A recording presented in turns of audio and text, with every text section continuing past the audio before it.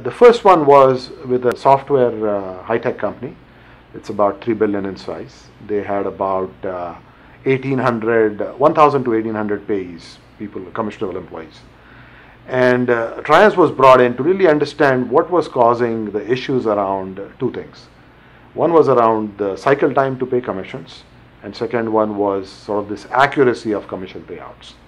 And Trianz undertook this 10-week effort to really look at the entire life cycle, from understanding how territories were defined, understanding the eligibility criteria and the comp plans, understanding the different ways the pipeline or the upfront lead and opportunity information was captured in your CRM system, as well as the actual booking data that was the basis for showing the credits or resolving any kind of disputes where you had multiple teams involved, and also looking at all of the reporting universes.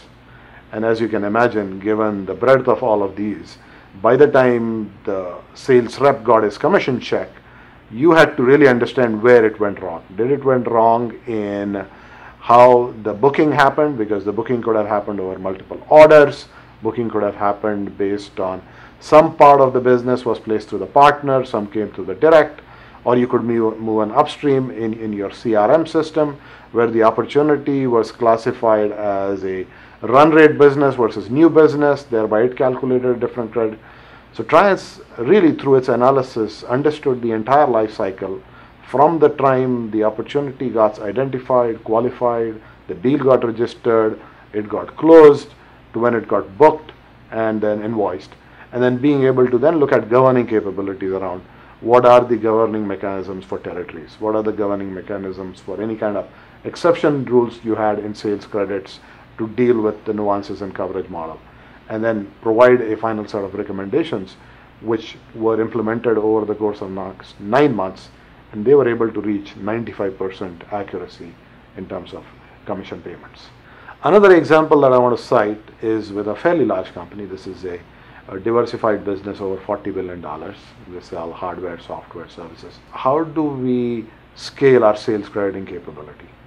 And you can imagine in this particular case, you have to not just look at direct transactions, you have to look at point of sale data, you have to look at data that comes from your field as it relates to claiming some part of business which is not rightly represented. What Trianz did is offered, through our engagement, a blueprint really of how to simplify the whole sales crediting environment and be able to then think on the lines of how to treat different transactions, how to apply business rules against them, and then how do you address exceptions through not just feeding it back to operations team, but giving visibility to the field teams themselves.